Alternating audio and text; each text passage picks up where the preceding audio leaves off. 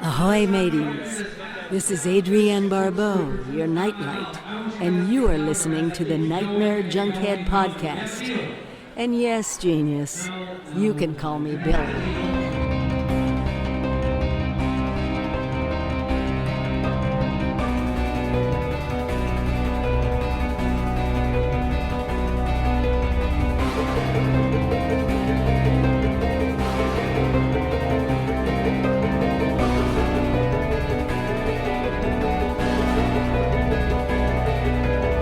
In and out of your consciousness like a bad dream you can't wake from, this is the Nightmare Junkhead Podcast, a horror podcast that may never order calamari again.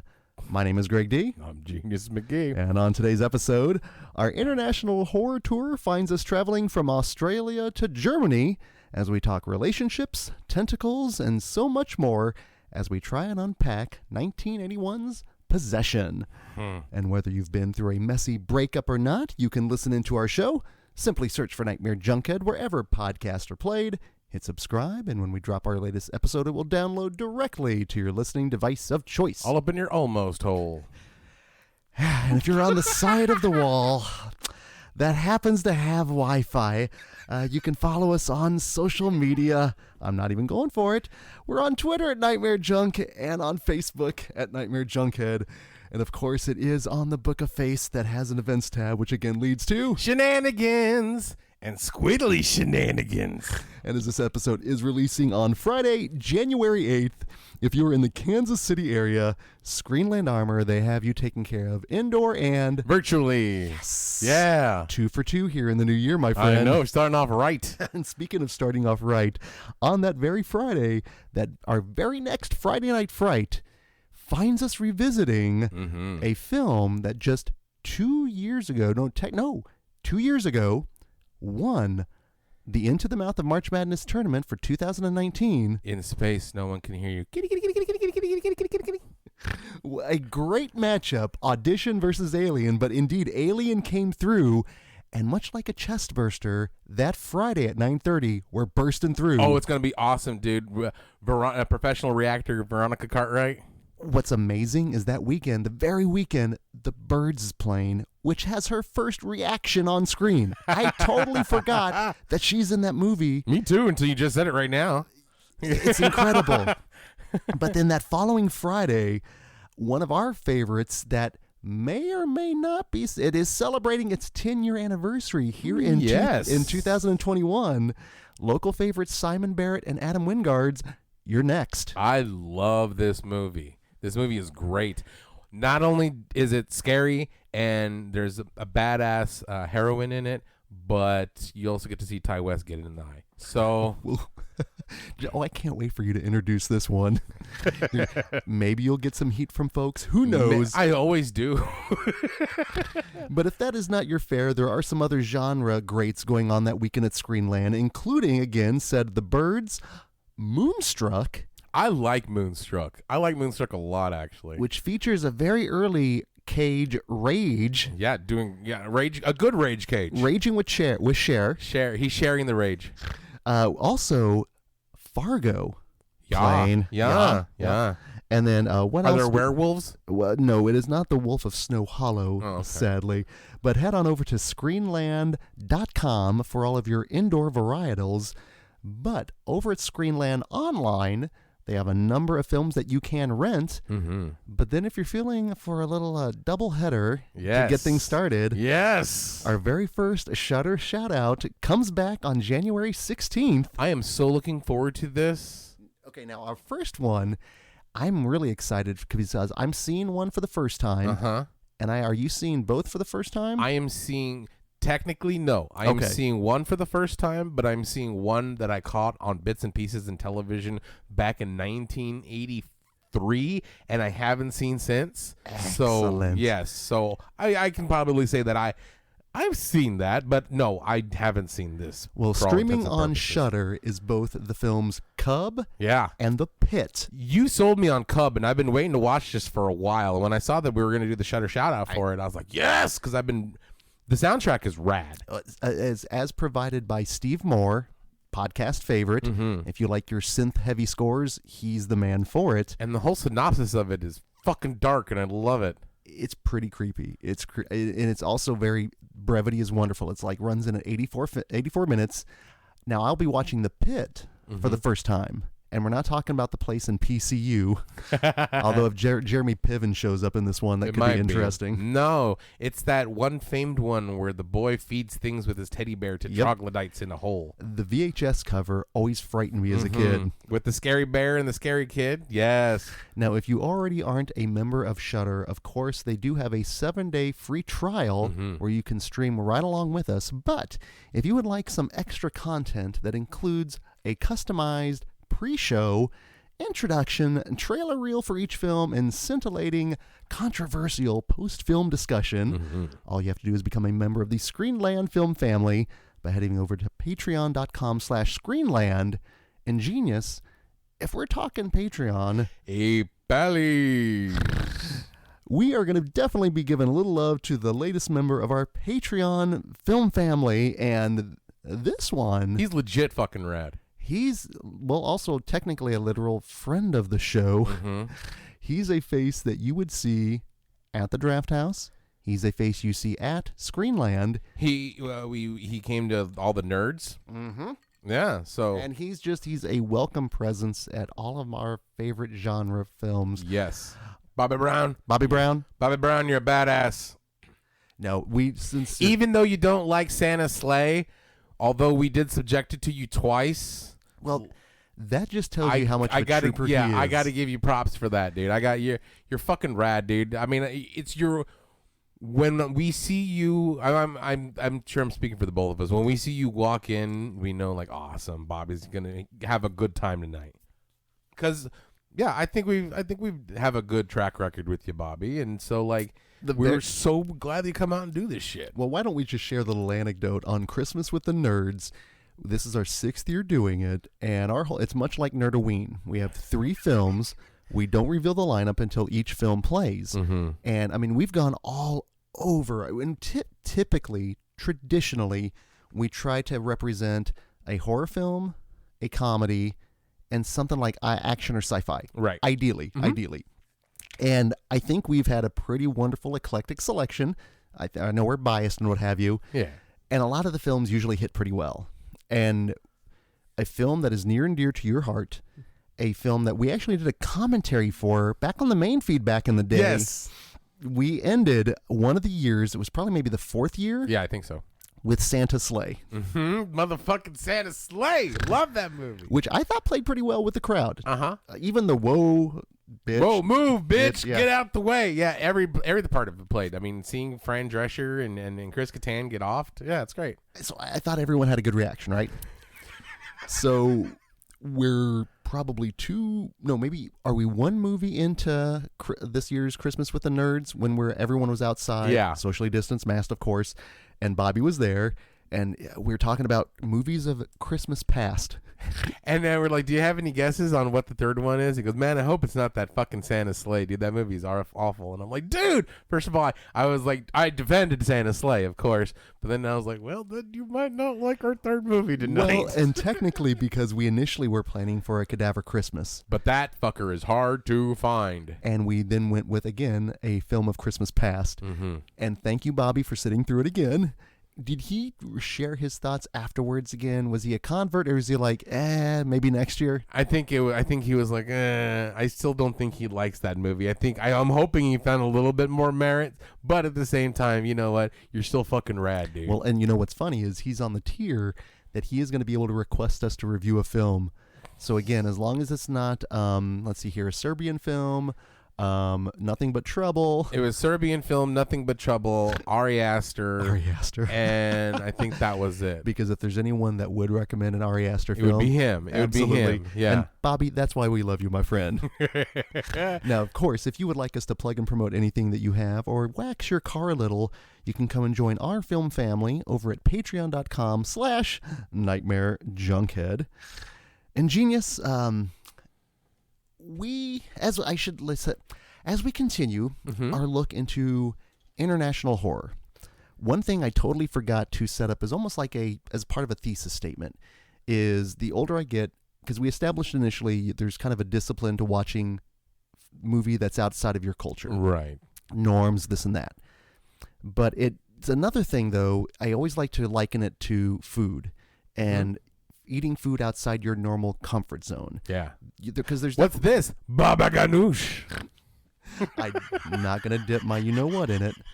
But it's sometimes people have issues stepping outside of their comfort zone. Right. And the best way is to sample things. And I love it when you can go to a buffet where you have different world cuisine. Like that one by my house, the Chai Mexican, Yes. where it's like Chinese, American, and Mexican food buffet.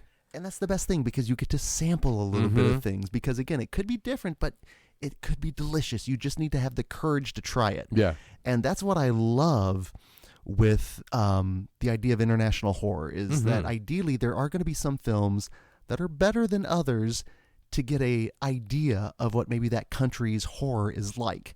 Because you can't necessarily say something is American horror, but you can show films that are from America. Right.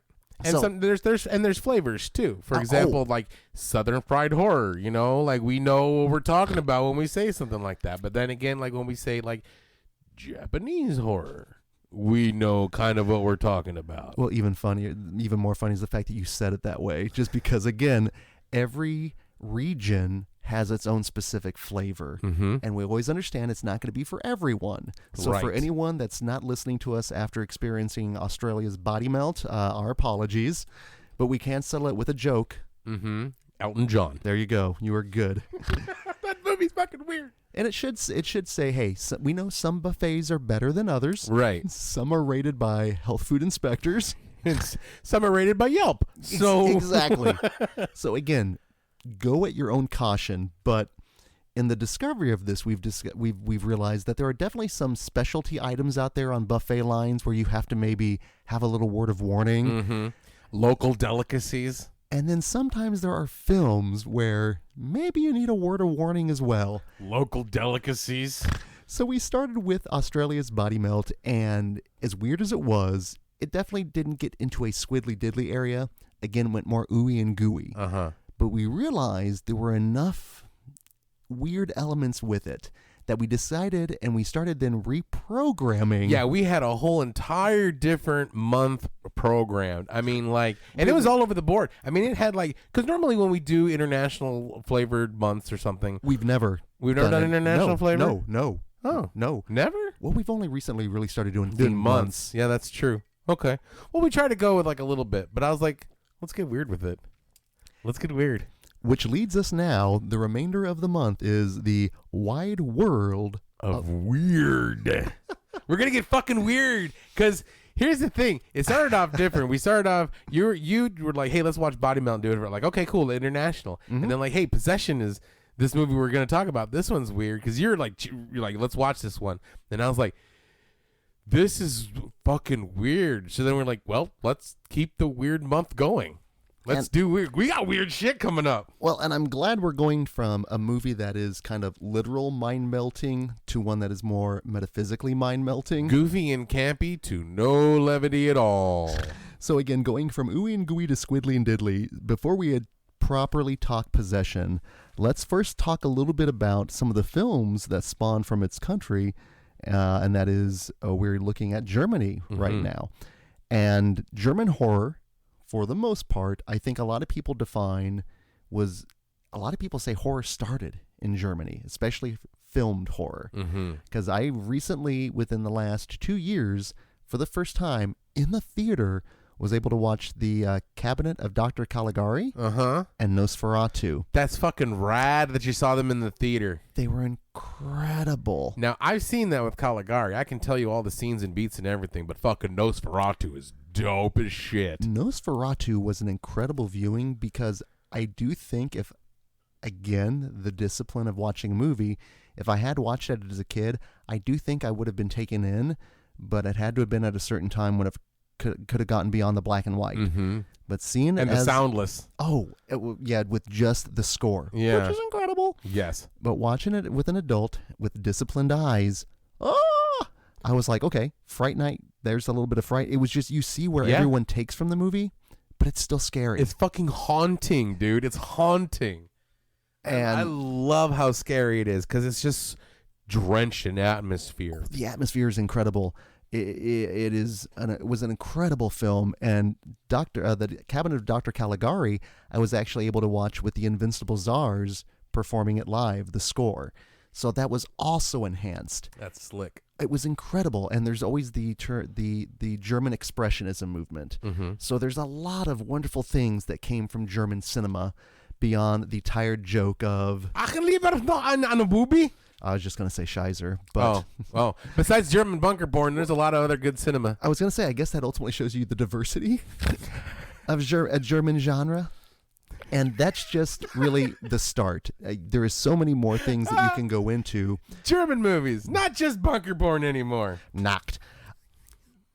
Nein. Possession itself. Fuck. And the very reason we're talking about it stems from the fact that I do listen to a lot of podcasts. That has been, this podcast itself comes from, it only exists because I listen to podcasts. And one of my favorite podcasters out there, I've mentioned him many a times before, he was here at this year's Panic, or I should say last year's. Man, it's so weird. I know. Panic Fest. I'm talking of Elric Kane. Mm-hmm. He is the co-host of the Pure Cinema podcast and Colors of the Dark. And a lot of people will say, you love a film if someone was to ask, if I had to identify one film to identify you, Genius McGee, mm-hmm. is there a film that would stand out that a number of people would go, oh yeah, it's this film? Like our friend Dustin.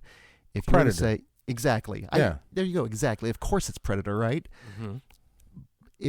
What do you think anyone would say if Genius McGee, if there was one film, and let's just say, maybe ideally horror, mm-hmm. just stay within that genre, is there a particular film that you think more people than none would point out? I don't know. I don't think so. Like, honestly, I would like to think my first two would go. You said horror. That kind of almost put me in a box because my first two was going to be UHF.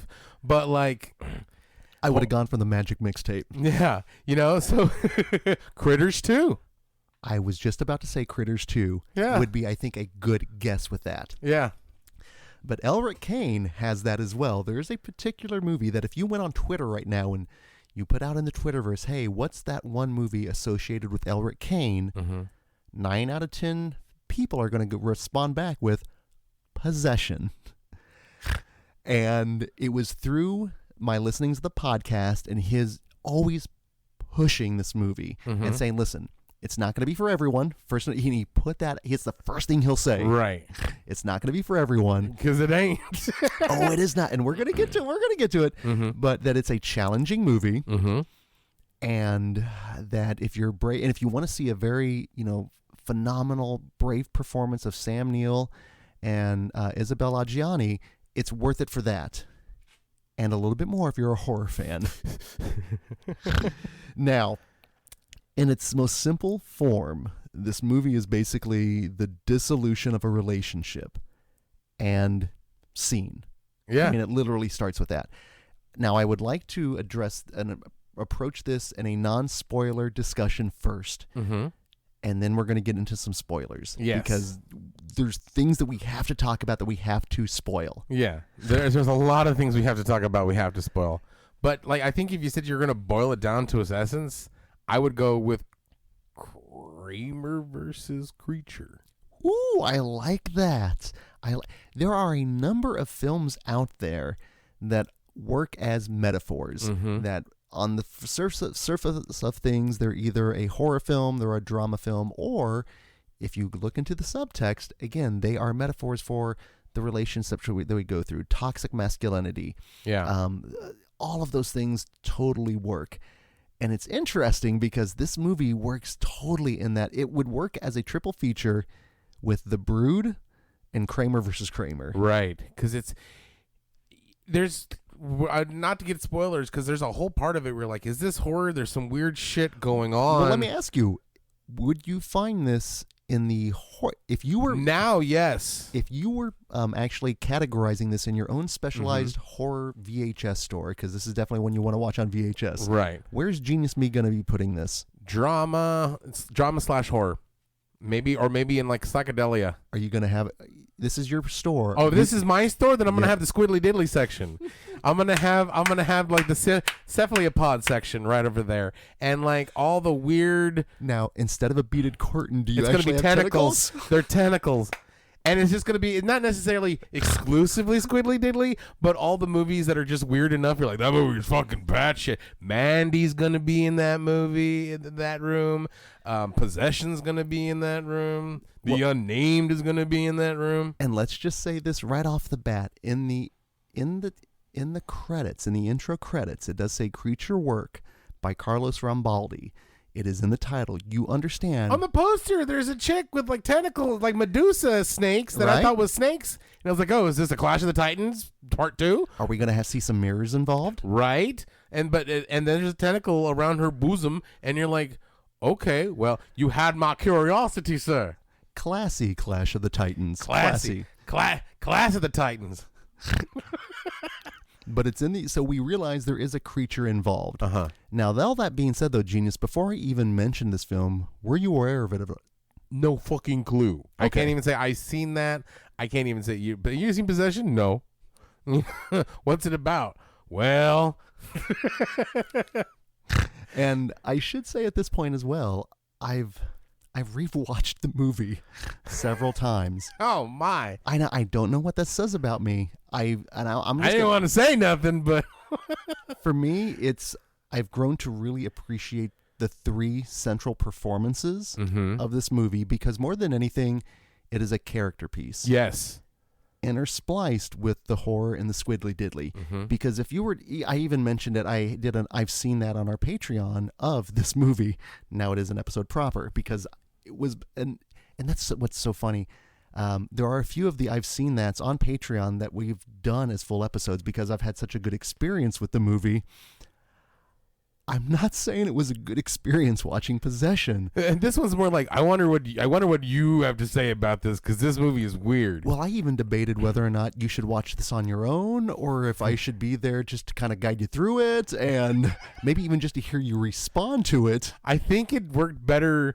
I think it worked different watching it with you. You know what I'm saying? Because I think if I was watching it at home, I'd be like, "What the fuck is this?" But I think at the same time, when I was watching it with you, I was like, "What the fuck is this?" I mean, I think it was just a different tone. Yeah. Well, safety in numbers occasionally because Yes. Octopuses have 8 arms, so the same thing going into like a Veronica screening or Yes. viewing, I should say. but no, significantly less neck breaker. So here's what I'd like to do initially is I'd like us to do a little bit of a character view on the three central performers. We're looking at Heinrich, Mark, and Anna. What about Bob? Bob is. I got strong opinions about Bob. I got.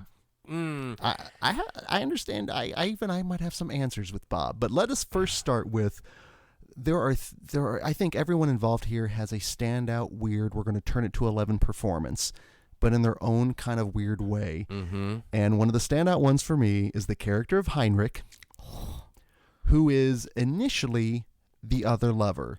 He is the initial reason why the marriage between Mark and Anna is dissolving. And his character Is not what I was expecting at all. when you think of the other man, Genius, what does the other man look like? He's like Fabio, like this big chisel, like the other man, like I'm the poor boy, you know. But instead, we like Carl Hungus, right? Instead, kind of like Carl Hungus, we get Heinrich instead. Here to fix the cable? Here to lay the pipe. Only on the good side of the wall. No, Heinrich blew my mind. I was not fucking ready for Heinrich at all.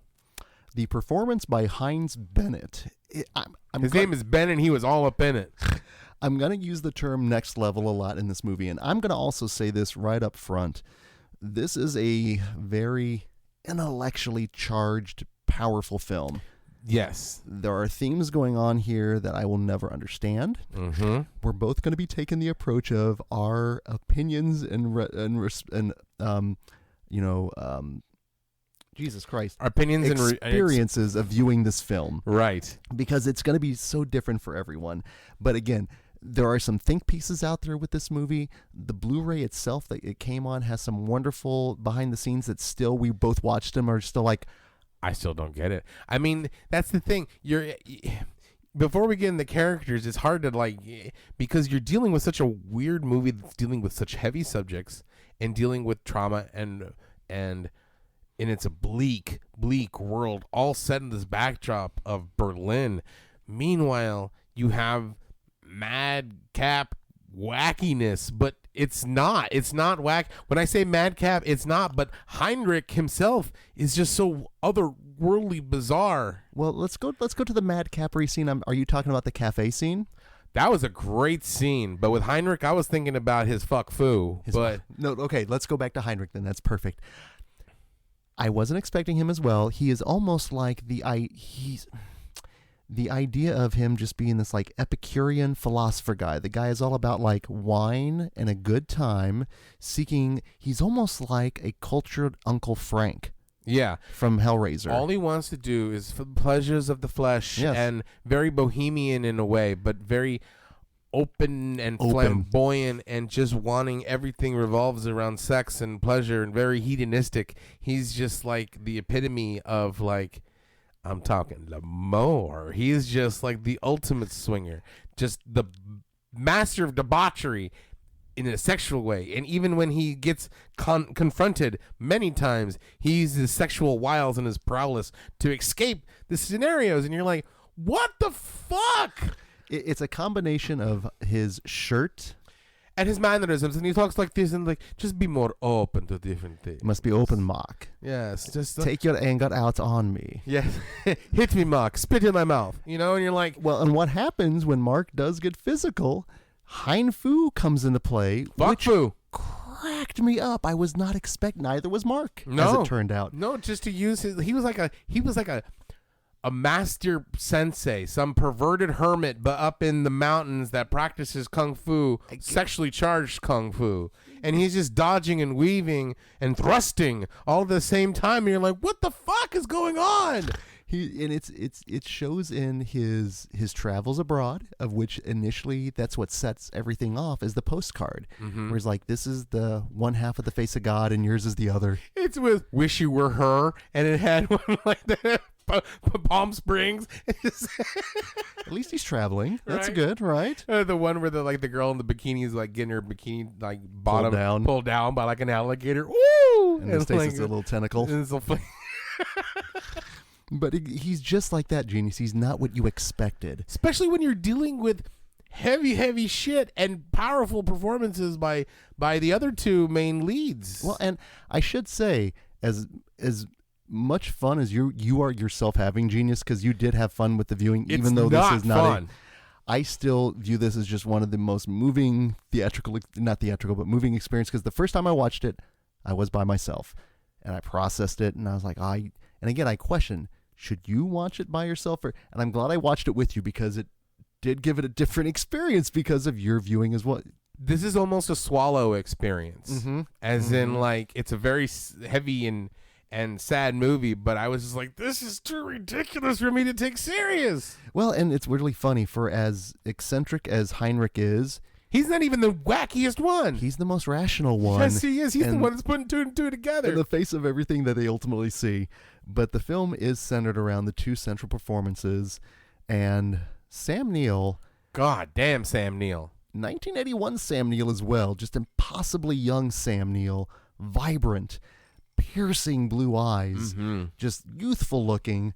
And I would no doubt my first experience with him was in Jurassic Park. Yeah, absolutely. I think a generation of people, their first exposure to Sam Neill was Jurassic Park. So imagine how many fans of Jurassic Park, completists, fans that want to celebrate the entirety body of work of one Sam Neill. What's this in the mouth of madness? What's this possession?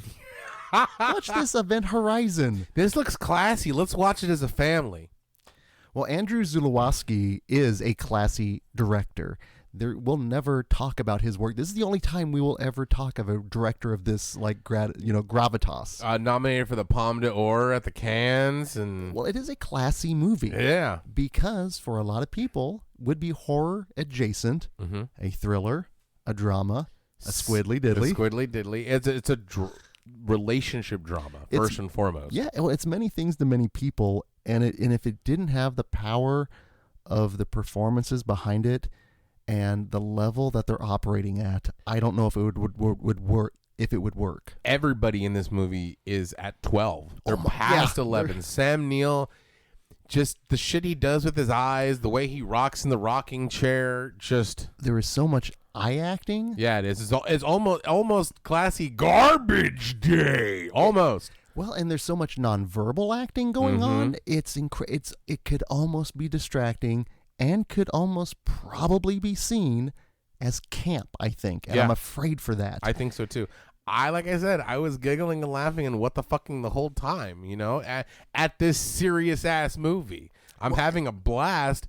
I'm not laughing with it, not laughing at it, laughing in spite of it, I guess. Well, and it's funny. I even remember kind of the roller coaster ride where you're kind of with Mark, which is Sam Neill's character. You're kind of feeling bad for him.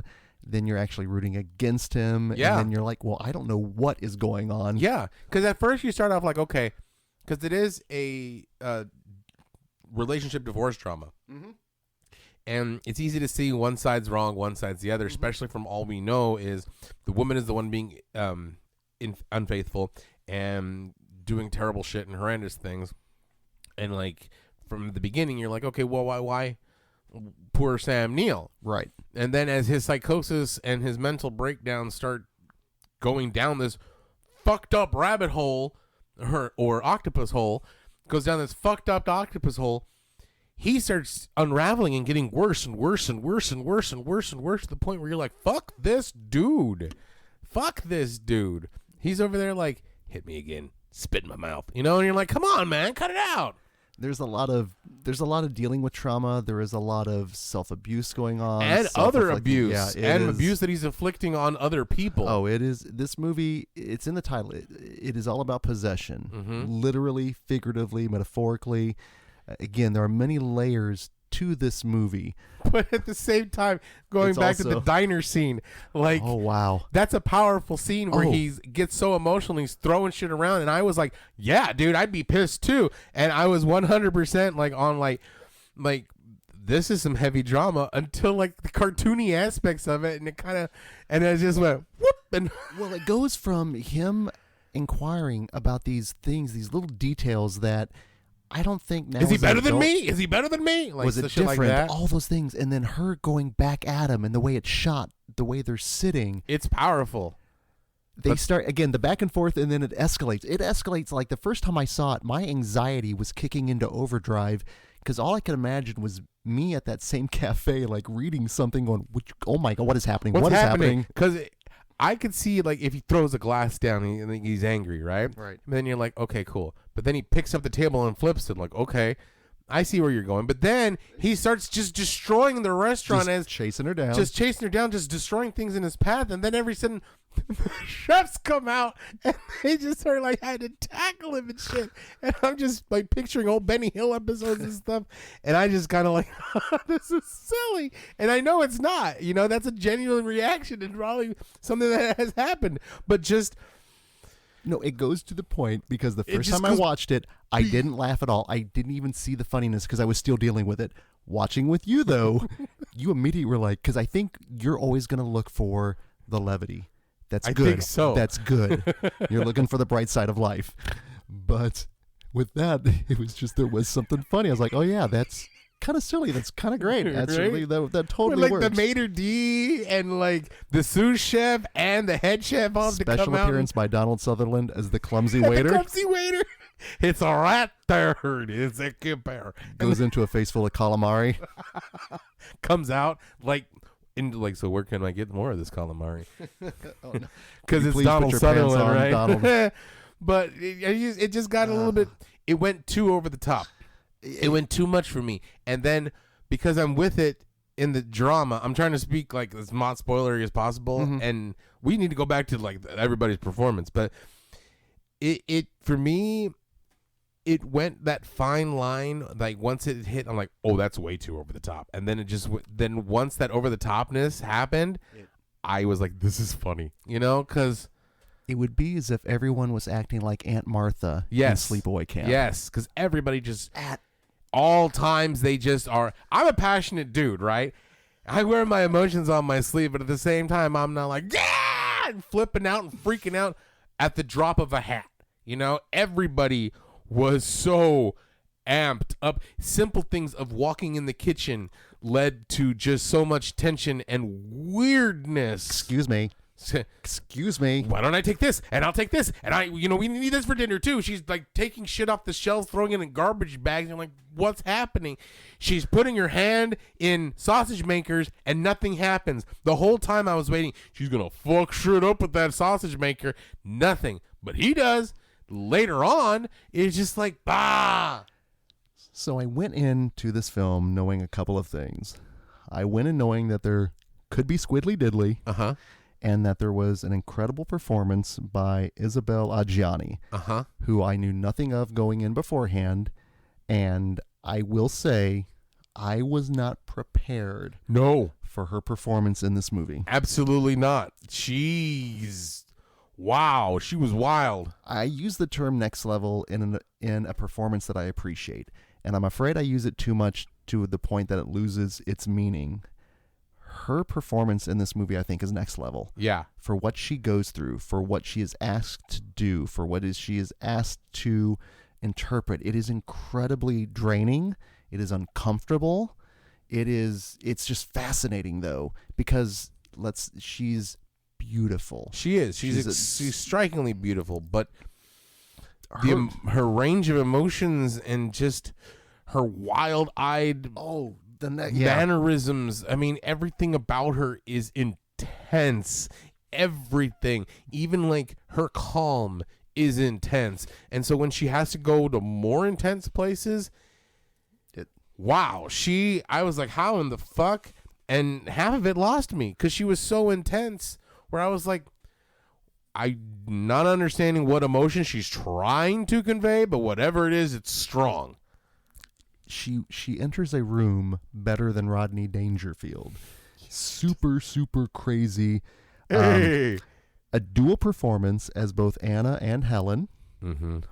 Yeah, but I was not ready for the journey she's taken me on because I was not ready for her to stay at that level. Consistently. Multiple kitchen scenes when we go from the grinder to her cutting up meat to when she's then literally... We'll get more into the spoilers there eventually, but you know what? Let me take a look here really quick because I want to make sure other non-spoilery stuff that you would like to address because we're 37 minutes in. We can go ahead and start talking of spoilers. Non-spoilery. This movie is not for everybody, and your prepare for some defensing going on. Your experiences will greatly differ from ours. And that's why I think it's good that we're going to have this. So consider yourself warned. From here on out, there is a wonderful Blu-ray that you can, and I blind bought it. It is well worth picking up. Mm-hmm. There are a number of great other podcasts out there that are going to talk intellectually about this film because it does deserve that. Because I have a feeling this discussion could get weird. Yeah. But from here on out, we are going to talk spoilers for Possession. Uh-huh. And I believe you wanted to kick off a particular way. Yeah, about this movie. So we're saying how much it's a drama and how like there's heavy subjects and shit. But hey, what happened in this movie, dude? She fucks an octopus. Yep, she fucks an octopus. Thing. So that's how the movie was sold. Yes, that was the pitch. That was the fucking pitch of that movie. That's how you pitch it to me too, dude. You're like, gotta know your audience. Yeah, exactly. You're like, hey man, this is Squiddly Diddly movie. Oh yeah, okay, let's watch it. It wasn't a tough sell. Well, and it's funny on my notes here. I have this like themes of duality as like East and West Berlin, Anna and the Teacher, all of these things. But he pitched it as like he wants to see a girl fucking octopus, and like a bunch of studios are like, no. And then this one, Johnny's like, I can, okay, let's go for it. Yeah, this one French producer was like, okay, cool. Well, oh my God, that is awful for every tentacle pop that is out there. I apologize. It's so fucking weird, this movie. Zalowski was going through a horrible divorce at this time. It fucking shows. And this film is completely a product of it. And I understand working things out through art, working things out through film. Ari Aster made a career out of it. He's already banking his foundation here. But this one, oh my goodness. I mean, you could walk in and view this as just the most just anti-woman film since like Antichrist. Uh-huh. You could easily read that. You could read it as a complicated film that people are complicated. There's a lot of shades of gray there. There's no one's wrong and no one is right. Or it is a film of a lady making love to a squid. Yeah. It's I wrote in this, I think I wrote in my notes, like, this movie hates women. Like, well, let's start there. I do think she unfortunately has to be the main target of this, but I also think that she is very much someone that is caught between three things trying to possess her. mm-hmm. I mean, throughout the entirety, Mark is trying to save the relationship and gain control over her again. He's a spy. Yeah. So right off the bat, he always knows how to manipulate her. Yes. That he's a master manipulator, and he's like, well, what do you want me to do? You want to hurt myself too? Or just like, what do you want to do? You want me to clean up? I'll clean up. And like whatever she needed to hear, he was ready to do that. And that's why, like, you don't want to root for him. There's a lot of shades of gray in this area because at the same time, she's fucked up. I mean, she is fucked up. At the same time, you can't really understand where she's coming from, but because you only see bits and parts of it. But he is not a good dude at all. No. It's really hard to root for someone in here. Yeah. Even to the point that where you have Heinrich then, who is also in the semblance of trying to control Anna as well, to the point where he shows up at the apartment, not knowing what he's about to experience. And I mean, he's literally lording over her. Yeah. I think he even says like something along the lines of, I have control over you. You think you are free. All those things. Nobody's free after my Heinrich fuck. To the point that the creature, which is in the title, it's in the intro credit effects, also has a semblance of control over her. Mm-hmm. And it makes me wonder, is this film about her trying to find some semblance of freedom in a world like in, East and West Berlin? Yeah. Very defined, in terms of freedoms. Again, a lot of heady things going on here. Yeah. Beyond the fact that it is, again, the squid and the did. But she's fucked up too. I mean, let's talk about Bob. Yeah, she's fucked up too because she's going around having all these proclivity affairs, fucking, and you know what? Whatever you want to do, that's fine. Okay, you're consenting adults, but at the same time, you just don't go fucking around and leaving your kid by himself for days on end. Oh yeah. You don't fuck around behind people's backs and like with multiple people and just expect everything to be hunky fucking dory. You don't do a lot of the shit that. There's no good person in this. I felt so bad for Bob because the first time we were introduced to a little bit after into the movie, Sam Neill comes back and like, where's your mom? He goes, I don't know. When's the last time you seen her? Maybe it's been about 3 days. He's only 5 years old. Mm-hmm. He's covered in filth and just food, and he's eating like sugar out of the bag because there's nothing else to eat. He's foraging. Fuck her. You know what? That's cool if you want to. Like you said, it's an anti-woman movie. It could also be a feminist movie. Like she's on her own quest for self-discovery at the same time. And you know what? If you want to go on your own quest for self-discovery and you want to be all woman power, man power, all that's great too. But if you got a kid, fuck yourself. If you don't take care of your kid, first and foremost, you're a fucking asshole. And so take care of your kid before you go fuck an octopus. And same thing. And Sam Neill's, go take care of your kid before you beat the shit out of your wife. Fuck you guys and fuck this movie. Sorry. Wow, I'm glad we got to spoilers sooner than later. I don't know how you could have held that in there. That just came out because I was like, because it was the What About Bob? Because I was like, there's no good person in this movie. Yep. The only person with some sense of resemblance and family is fucking Heinrich. He takes care of his mom and he worries about Bob. That's the only, and he's this big master fuck off. And at the same time, he's over there, Sam Neill's over there in a rocking chair having a self-crisis and woe is me and trying to gaslight people. She's over here having a crisis of conscience like woe is me and fucking octopuses. Meanwhile, none of them give a shit about their son. At least fucking Sam Neill gave a shit about Bob. She's over there fucking around every animal creature there can be, not caring for the kid. Yep. You know what I'm saying? I mean, there's no good person in this movie. No. There's no good person in this movie. Everybody's fucking octopuses and shit. Had there been no, this is what I adore, man. This is why I knew this would be good. had there been someone potentially like maybe about Margaret, maybe potentially. She's a fucking asshole too. Even though she's over there, the good neighbor Lee's trying to take care of Bob. She's over there like, oh, Sam Neill, I am the naughty neighbor. Come and fuck me. Or like, and she is her best friend. So like, she's like, you know what? If he's gonna, in fairness, I gotta give up to Marge. She's like, well, you know what? If she's gonna go fuck around everybody else, I might as well fuck Sam Neill. You know what I'm saying? I mean, like, he's a handsome dude in this movie. And so I'm not mad at Margie at all. She's annoying as fuck, and she's kind of shitty, but she's a shitty friend, but at the same time, shit begets shit. Well, I also realize this is where, if you want to watch a complicated character piece, this is it. Don't watch it with me. Yeah, but but just realize you may not actually want to root for any of the characters. Yeah. And I think for a lot of people that is problematic because this movie also runs 2 hours. Yeah, it's a long movie. And we've talked about the Squidly and the Diddly, but you only get bits of Squidly and the Diddly. The Squidly and the Diddly don't come until like the last quarter of the movie. That's when it goes off. Until then, it's just like samplings and just internal madness. It was bizarre. It was a bizarre movie. Then there's this weird German. We talked about how there's not just German snuff porn anymore, but Heinrich's film of this German emotional thing where he's like, "Tell me, what was it like when you made love?" You know, and you're like, and she's over there spilling her guts, talking about how she killed somebody, and you're like, what the fuck is going on? Well, it gets into, of course, that's probably when she was with Heinrich, when she was really explored into Her deist philosophy, chance and fate. I wrote German beatnik counterculture snuff film bunker porn. Wow, that's a rabbit hole you do not want to crawl into, my friends. Do not even put that into a search engine. I mean, didn't it it felt like that beatnik whole hippie culture? Like it was. Yeah. It was. I mean, he's totally almost like a satirical take on that kind of character. Mm-hmm. Someone that is performed to 12, but is thrown into this kind of film.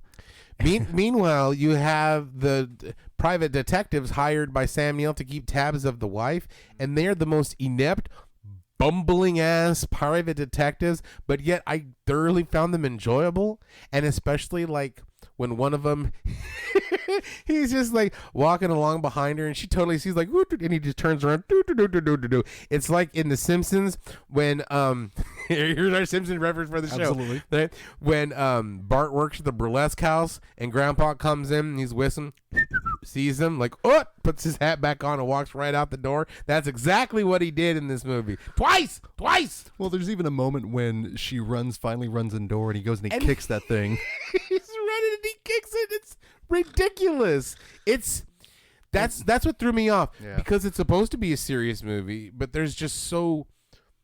Do you think that's part of the cultural translation potentially? I And again, the don't little bits that know. will throw people off. Because it's in an English movie. Yeah. I mean, it's an English movie It's his set. only English film. Yeah, and so it's set in Germany, and I don't know if that's a cultural thing or what, but it was kind of bumbling. It was kind of charming though, but I was like, these detectives are fucking awful. They're the worst detectives in the world. Well, sad to say, they technically get their comeuppance. They do. Well, did you also make? This is again watching it now multiple times that they were a couple. Yeah, when he goes, this is more than just. Yeah. I'm looking for the other detective that got lost. He goes, well, I don't fucking know. And he goes, well, this is not just. It's personal. He was my lover, and I'm like, oh, Yep. well, maybe he's there. They wound up getting fucked by the squid too. Everybody gets fucked by the squid or fucked up by the squid. Okay, well, do we talk about that then? Shall we? Because we've mentioned Carlos Rambaldi's name before. Mm-hmm. He was the one that actually was able to create Geiger's xenomorph design into reality. He's the one that made it the suit. He designed E.T. He also designed the werewolf for Silver Bullet, Oh, it's cute. the cute and cuddly. I like that werewolf. He's adorable. Is his creature work in Possession adorable or cute and cuddly, Genius? No. You might cuddle with one, but yeah, I don't know if it's not cute. All One's going to night. cuddle you all night. Oh. All night long. All night. There needs to be a video of that, like, all night long. Superimposed. All night. Diddling on the ceiling. All night. Oh, what a that's later on in Jan. That's later on this month. Oh boy. So let's talk about the creature. The creature, the first glimpse of the creature comes about 45 minutes in, And for the most part, because again, I've watched it multiple times, your first glimpse is very much you can't figure out what it is. I thought it was a slimy tampon applicator monster because it just had that weird like cylindrical thing and a couple of tentacles, and I was like, "What the fuck is that?" Well, that's what it was then, genius, because I just thought it was just a mold of something that was formless at that point. Yeah. But you could see, and you have to look carefully and you have to know where to look for it. But you do see the blue eyes. Yeah, I saw eyes in there. I was like, "What the fuck?" Which actually kind of reminded me a little bit of Aylmer when Yeah. you first see him, and just those eyes. What makes the Heinrich do Heimlich and da da da da? Bob's up in there in the bathroom and Bob, it's Elmer's tune. And every subsequent time we see it, it's something new. Yeah. And the next time you see it is, it's the time when it's sprawled out on the mattress. And Don't wake him. He's very tired. He made love to me all night long. All night. Now, I'm watching it by myself. I'm like, oh no. Oh, that's horrible, horrible, horrible. But again, watching with you, that's where your mind goes. Like, squiddly diddly. All night long. All night. Which again, I'm decidedly different viewing experiences on a horrifying sequence, because you really get, it's a top-down view, and it does look like it's gnarly. exhausted. Yeah. He's spent. And how would you describe that next form when we see him? As this shrimp minotaur. That sounds delicious, actually. It sounds like a sushi roll that I You're need right. to order. Like kind of human at the top, but with like shrimp at the bottom the next time we see him. That's But fair. he's got a whole bunch of tentacles, and he's just fucking railing this chick. We'll get to that. The next time we see it, it does look a little bit more human-like. In fact, the first time I was viewing it, I got the hardcore Hellraiser vibe of Uncle Frank reforming himself again. Come to Squidly. And then we get to the railing part, the premise of the movie, the build-up and the payoff, where we do literally see her having sex with this thing. Yeah. The octopus, the squid, the It's what have you. So fucking weird. The shrimp centaur. It is unsettling, and it is where Where prawn. one simple word triggered me a few days after seeing the movie. What is that one simple word? Almost. Almost. Oh my goodness. It's so fucking weird because you know she's having sex. You don't know what's going on because everything is so vague in it. Even in the kitchen scenes before she gets all fucking gnarled on herself, when they're like she's putting her hand in the meat grinder and he's chopping up shit with the thing, and I was like, somebody's gonna get cut, you know. But it wasn't until later. But that would even then you're like, somebody still needs to get cut. But at the same time, you go up, you're waiting for something, and it's just this squid. I don't know, dude. I'm lost. I know. No. It's okay. I think a lot of people are going to be lost on this one. Because he's like, I got to find what's going on. I got to see what's happening. I know she's having infidelities. Yeah. He whittles it down. It's not Heinrich. It's not anyone else. It's somebody in this weird apartment. Exactly. This like filth place. Again, all the while that this creature exists, this relationship is still falling apart. Bob is still the victim in this movie. Right. And he's had to put her with the teacher who's the exact doppelganger of the wife. Which begs did that discussion go when they met each other? Because it has to be addressed. Right. And he's sleeping with her, yet he's not, and yet they are. But, I mean, and they're technically literally sleeping together. The education system in Germany is a little bit different. Genius. I like the way they think. I need some after school. I need some extra credit. But, no. So he's like, okay, I know she's banging somebody. So he goes to the flat, and he hears, all the sex sounds, right? Mm-hmm. Some wet ass prawns, and so he goes up. He goes up there. That's horrible. He goes up. He goes up in the room, and she's over there sprawled out. Tentacles are wrapped around her, fucking, and this, like I said, half of the top is kind of a human shape, but the bottom looks like a squid, or this like shrimp, like a wet ass prawn. And get a mop and a bucket for it. And so, because she's gonna fuck it, right? And he's just going to town, tentacles wrapped around her, and he's like, Sam Neill's like, what the fuck is going on? Looking wide-eyed and crazy, and she just stares at him like, almost. And again, you realize technically she's been putting in the work from the get-go. She's putting in work now. He's a fixer-upper almost. I mean, there are multiple ways that you can view this film. It's beyond crazy, but I want to make sure that if a lot of people are talking about this movie, there's going to be a scene. There's that scene with the creature. And in fact, if you Google this, I think one of the images that pops up is that, which is upsetting because I think you need to build up to that. Oh, yeah. But I think the other standout Well, you need scene, a lot of build up if you're going to diddle a squid monster. It's about building up the stamina. Yeah. But I think a lot of people would say if you were going to talk this movie, there's the subway scene. Mm-hmm. And I've watched this film several times, and not knowing in advance, I knew there was a subway scene. It's technically split up into 3 long takes. Yeah. And when you realize that, and when you realize, again, the performance that Adjiani is giving in this movie, and she is giving in these scenes, there are 3 parts. The first part is the laughing part. The second part is more of the grunting and the movement. Mm-hmm. And then the third part is the ooey melting and the gooey. part. Yeah. So you knew nothing of this, correct? Mm-hmm. You probably didn't know. Did you even know of the subway scene at all? Nope.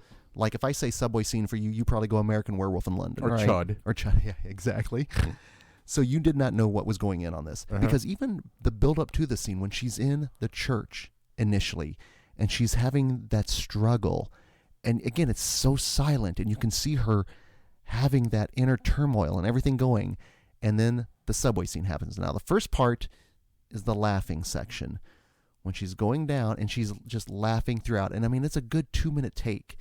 And first time I watched it again, in the 3 processes, I'm having, oh my God, this is incredible. What is she going through? This is an incredible performance. Genius. Take us through your experience. I started cracking the fuck up when she started, and I know it's a horrific scene of what she's going through because she's like having a miscarriage, right? But the fact, like, if you're having a miscarriage, you shouldn't be fucking laughing, right? And then she starts laughing and going crazy and starts flinging things around. I'm like, holy shit, this is wild.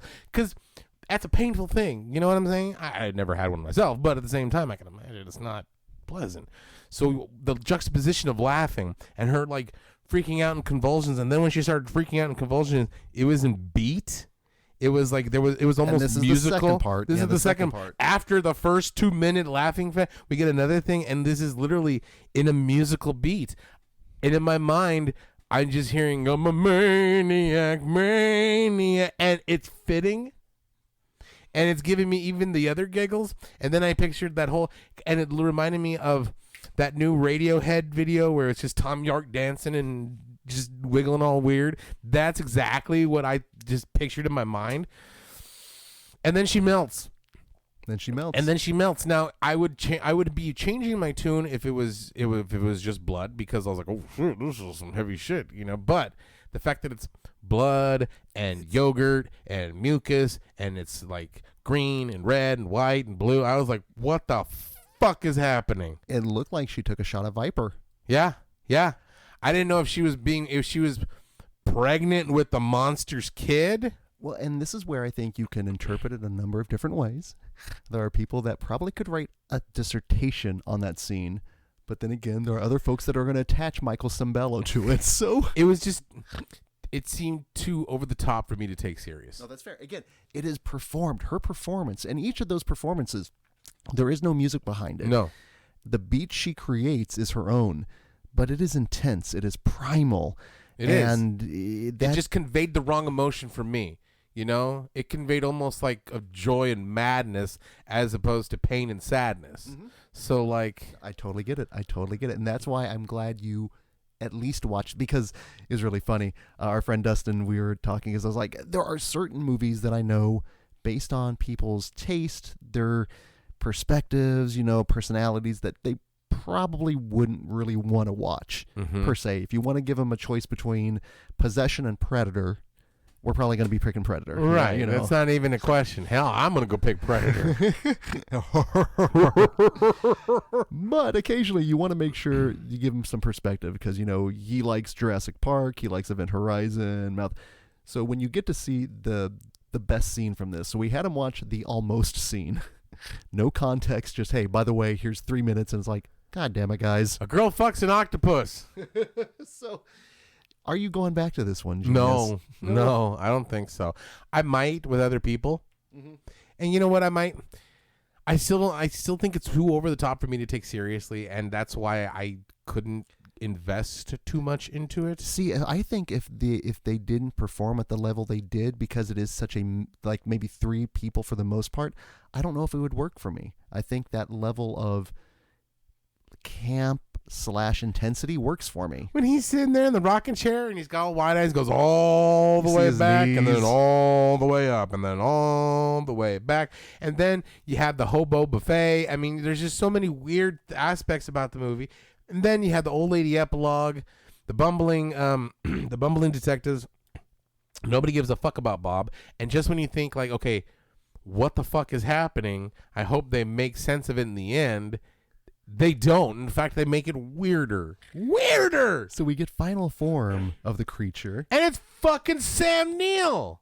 It's telekinesis Sam Neill. It's the most piercing eyes, Sam Neill. There's the 88 Magnum in Johnny Dangerously that shoots through schools. These eyes are the 88 Magnums, my friend. Oh my God. It is incredible, but he does look otherworldly. Yeah. And his presence all of a sudden basically Harkens the end of the world.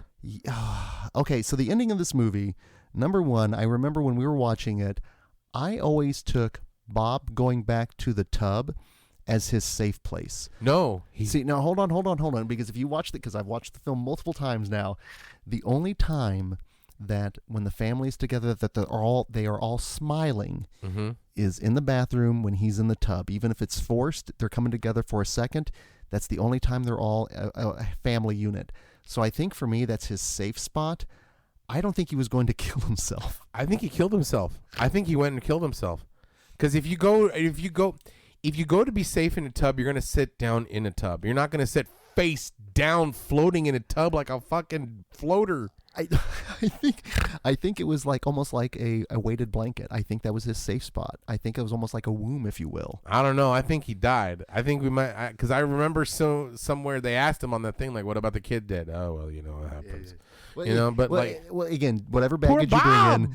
But then the final haunting shot of Sam Neill the creature, the outline of him in the door, just kind of floating. yes, Floating. He's like floating, and like meanwhile, there's sirens going off, there's gunshots, there's explosions going off, and we see none of it. All we see is the doppelganger teacher finally open the door and like, and all the while Bob's like, "Don't open the door," which gave me flashback to Time Bandits. It's evil. Don't touch it. yeah, no, I think he's like, fuck it. Yep. No, it's a film that has totally unnerved me. It has stayed with me, and I am going to continue to watch it because I'm affected by the performances, and also depending on who I'm watching it with, their journey and reaction as well. I might watch it again in the same vein of the way I want to watch Hausu again. Yeah, oh yeah, no, You that know? would make sense. It's just like, this is a what the fuck movie. Yeah, you may not like it, you may hate it, but you're going to have a reaction. I didn't hate it. No, I didn't hate it. Yeah, I mean, you might not. I mean, not be for everybody. It definitely is not for everybody. But I didn't hate it. I don't think I took it the way it was intended. No, I don't think you did. You know? You know what? No, he's open ended on his interpretation. Whatever you bring to it, my friend. So yes, your reaction was the right reaction. I don't think it's gonna get the same reaction as anybody else who watches this movie. I don't think they're gonna get any. They're not gonna. Well, they might now hear Maniac now, but like. Also, I should say the score of this film is also excellent. In fact, the main theme really reminded me of Scarface for some reason. Andrei Korzinski did the score. Also worked really well. Again, I really, really, really am happy with the investment of this Blu-ray. There are so many movies on my shelf that I have not watched once yet. And God help me, this movie, and I don't know what that says about me, but it's already got multiple spins. I know when you're like, yeah, I watched it again. I was like, again. So, Elric Kane, thank you, my friend, for putting this one in my life and for at least being able to. Yeah, Thanks. it was worth it just to watch it with you, my friend. Just to I did, like I said, I experience did it, have a good time, and it was a fun. No, it's not a fun movie. I had fun watching it with you. Was it a good journey? It was. Use the tones. Well, you know what? I think that's in the spirit of what we're doing here with international horror. It is the journey we take. I got something for you. Oh, well, if we're talking, Squiddly Diddly itself didn't really come into the vernacular of the show, didn't come into the vernacular of your everyday language until a certain film. Mm-hmm. And if we're staying true with the wide world of weird, We got the OG Squiddly Diddly movie coming up. yes, we do. We got a couple of good movies coming up, but we're gonna stay with weird and what the fuck. And it should be noted, I have to mention, if we're all not reacting the way everyone does when they first see the creature in this movie. All good. Almost. Almost. So until that next time, this is Greg D. I'm Genius McGee. And we'll see you in your dreams. What's this movie about? She fucks an octopus.